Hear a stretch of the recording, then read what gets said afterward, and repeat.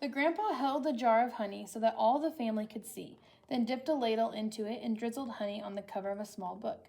The little girl had just turned 5. "Stand up, little one," he cooed. "I did this for your mother, your uncles, your older brother, and now you." Then he handed the book to her. "Taste." She dipped her finger into the honey and put it into her mouth. "What is the taste?" the grandma asked. The little girl answered, "Sweet." Then all of the family in a single voice, "Yes, and so is knowledge, but knowledge is like the bee that makes the honey or the sweet honey, and you have to chase it through the pages of a book." The little girl knew that the promise to read was at last hers. Soon she was going to learn to read. Trisha, the littlest girl in the family, grew up loving books. Her school teacher mother read to her every night. Her red-headed brother brought his books home from school and shared them, and whenever she visited the family farm, her grandfather or grandmother read to her by the stone fireplace. When she turned 5 and went to kindergarten, most of all, she hoped to read. Each day she saw the kids in first grade across the hall reading, and before the year was over, some of the kids in her own class began to read. Not Trisha. Still, she loved being at school because she could draw. The other kids would crowd around her and watch her do the magic with her crayons. "In first grade, you'll learn to read," her brother said. In first grade, Trisha sat in a circle with the other kids. They were all holding Our Neighborhood, their first reader, sounding out letters and words. They said be, oh, boy, and la, look. The teacher smiled at them when they all put the sounds together and got a word right. But when Trisha looked at a page, all she saw were wriggling shapes, and when she tried to sound out words, the other kids laughed at her. "Trisha, what are you looking at in that book?" they'd say. "I'm reading," she'd say back to them. But her teacher would move on to the next page, always when it was her turn to read. Her teacher had to help her with every single word. And while the other kids moved up in the second reader and the third reader, she stayed alone in Our Neighborhood. Trisha began to feel different. She began to feel dumb. The harder words got for the little girl, the more and more time she spent drawing. How she loved to draw, or just sitting and dreaming, or when she could, going for walks with her grandmother. One summer day, she and her grandma were walking together in the small woods behind their farm. It was twilight. The air was sweet and warm. Fireflies were just coming up from the grasses. And as they walked, Trisha said, "Grandma, do you think I'm different?" "Of course," her grandmother answered. "To be different is the miracle of life. You see all those little fireflies? Everyone is different. Do you think I'm smart?" Trisha didn't feel smart. Her grandma hugged her. "You're the smartest, quickest, dearest little thing ever." Right then, the little girl felt safe in her grandma's arms, reading didn't matter so much. Trisha's grandma used to say that the stars were holes in the sky. They were the light of heaven coming from the other side. And she used to say that someday she would be on the other side where the light comes from. One evening, they lay on the grass together and counted the lights from heaven. "You know," her grandma said, "all of us will go there someday. Hang on to the grass, you'll lift right off the ground, and there you'll be." They laughed and both hung on to the grass. But it was not long after that night that her grandma must have let go of the grass, because she went to where the lights were, on the other side. And not too long after that, Trisha's grandpa let go of the grass too. School seemed harder and harder now. Reading was just plain torture. When Sue Ellen read her page, or Tommy Bob read his page, they read so easily that Trisha would watch the top of their heads to see if something was happening to their heads that wasn't happening to hers. And the numbers were the hardest thing of all to read. She never added anything right. "Line the numbers up before you add them," the teacher would say. But when Trisha tried, the numbers looked like a stack of blocks, wobbly and ready to fall. She just knew she was dumb. Then one day, her mother announced that she had gotten a teaching job in California, a long way from the family farm in Michigan.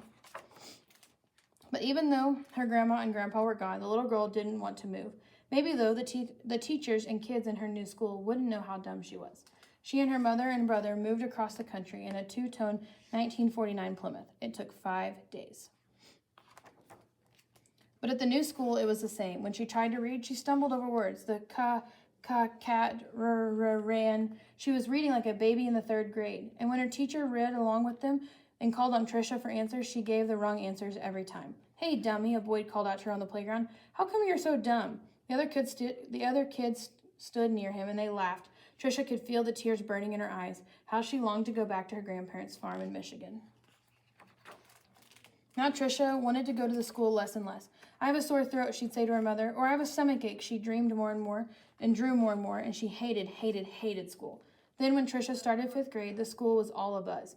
There was a new teacher. He was tall and elegant. Everybody loved his striped coat and slick gray pants. He wore the neatest clothes. All the usual teachers' pets gathered around him, Stevie Joe and Alice Marie, Davy and Michael Lee. But right from the start, it didn't seem to matter, Mr. Falker, which kids were which kids were the cutest, or the smartest, or the best anything. Mr. Falker would stand behind Trisha whenever she was drawing and whisper, "This is brilliant, absolutely brilliant. Do you know how talented you are?" When he said this, even the kids who teased her would turn around their seats and look at her drawings, but they still laughed around whenever she gave a wrong answer. Then one day she had to stand up and read, which she hated. She was stumbling through the page in Charlotte's Web, and the page was going all fuzzy when the kids began to laugh out loud.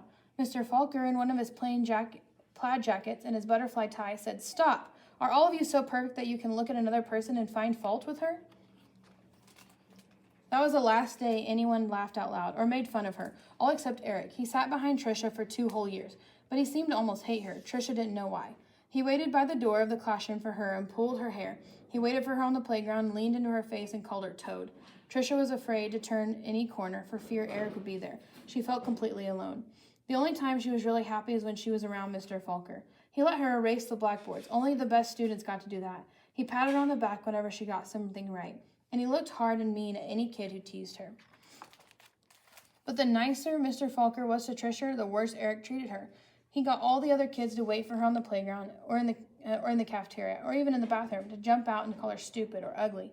And Trisha began to believe them. She discovered that if she asked to go to the bathroom just before recess, she could hide under the inside stairwell during the free time and not have to go outside at all. In that dark place, she felt completely safe. But one day at recess, Eric followed her to her secret hiding place. "Have you become a mole?" he laughed, and he pulled her out into the hall and danced around her. "Dumbbell, dumbbell, maggoty old dumbbell." Trisha buried her head in her arms and curled up in a ball. Suddenly, she heard footsteps. It was Mr. Falker. He marched Eric down to the office. When he came back, he found Trisha. "I don't think you have to worry about that boy again," he said softly. "What was he teasing you about, little one?" "I don't know," Trisha shrugged. Trisha was sure Mr. Falker believed that she could read. She had learned to memorize what the kid next to her was reading, or she would wait for Mr. Falker to help her with the sentence. Then she'd say the same thing he did. "Good," he would say. Then one day Mr. Falker asked her to stay after school and help wash the blackboards. He put on music and brought out little sandwiches, and they worked and talked. All at once he said, "Let's play a game. I'll shout out a letter, and you can write them on the board with a wet sponge as quickly as you can." "A," he shouted. She wiped a watery A. "8," he shouted. She made a watery 8. 14, 3, D, M, Q. He shouted out many, many letters and numbers. Then he walked up behind her, and together they looked at the board. It was a watery mess. Trisha knew that none of the letters or numbers looked like they should. She threw the sponge down and tried to run.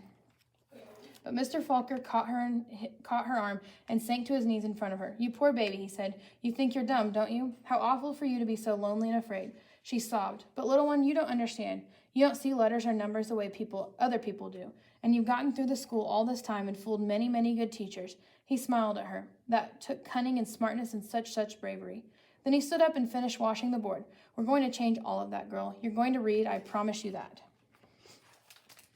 Now, almost every day after school, she met with Mr. Falker and Miss Plessy, a reading teacher, and they did a lot of things she didn't even understand. At first, she made circles in sand, and then big sponge circles on the blackboard, going from left to right, left to right.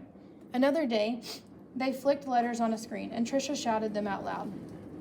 Still other days, she worked with wooden blocks and built words. Letters, letters, letters, words, words, words, always sounding them out, and that felt good. But she thought she'd read words she hadn't read a whole sentence, and deep down she still felt dumb. Then one spring day, it had been 3 months or 4 months since they had started, Mr. Falker put a book in front of her. She had never seen it before. He picked a paragraph in the middle of a page and pointed at it, almost as if it were magic, or as if light poured into her brain, and the words and sentences started to take shape on the page as they never had before. She marched them off too. Slowly, she read a sentence, then another and another, and finally she had read a paragraph, and she understood the whole thing. She didn't notice that Mr. Falker and Miss Plessy had tears in their eyes. That night, Trisha ran home without stopping to catch her breath. She bounded up the front steps, threw open her front door, and ran through the dining room to the kitchen. She climbed up on the cupboard and grabbed a jar of honey. Then she went into the living room and found a book on a shelf, the very book that her grandpa had shown her many, many years ago. She spooned herself on the cover and tasted the sweetness and said to herself, "The honey is sweet, and so is knowledge. But knowledge is like the bee who made the honey. It has to be chased through the pages of a book." Then she held the book, honey and all, close to her chest. She could feel the tears roll down her cheeks, but they weren't tears of sadness. She was happy, so very happy. The rest of the year became an odyssey of discovery and adventure for the little girl. She learned to love school. I know that because that little girl was me, Patricia Polacco. I saw Mr. Falker again some 30 years later at a wedding. I walked up to him, introduced myself, and at first he had difficulty placing me. Then I told him who I was and how he had changed my life so many years ago. He hugged me and asked me what I did for a living. Why, Mr. Falker? I answered, I make books for children. Thank you, Mr. Falker. Thank you. Okay, just as a little girl, Trisha in the book was so great to find Mr. Falker later at a wedding and say thank you. It's a good practice for us to say thank you to people. He meant a lot to her, and so we can say thank you to people who mean a lot to us. And so you can make a thank you note. There's a piece of construction paper in your literacy night bags. And so we just did one as a 6th grade team to say thank you to Deputy Hayes, actually, because he does so many laps around our school keeping us safe.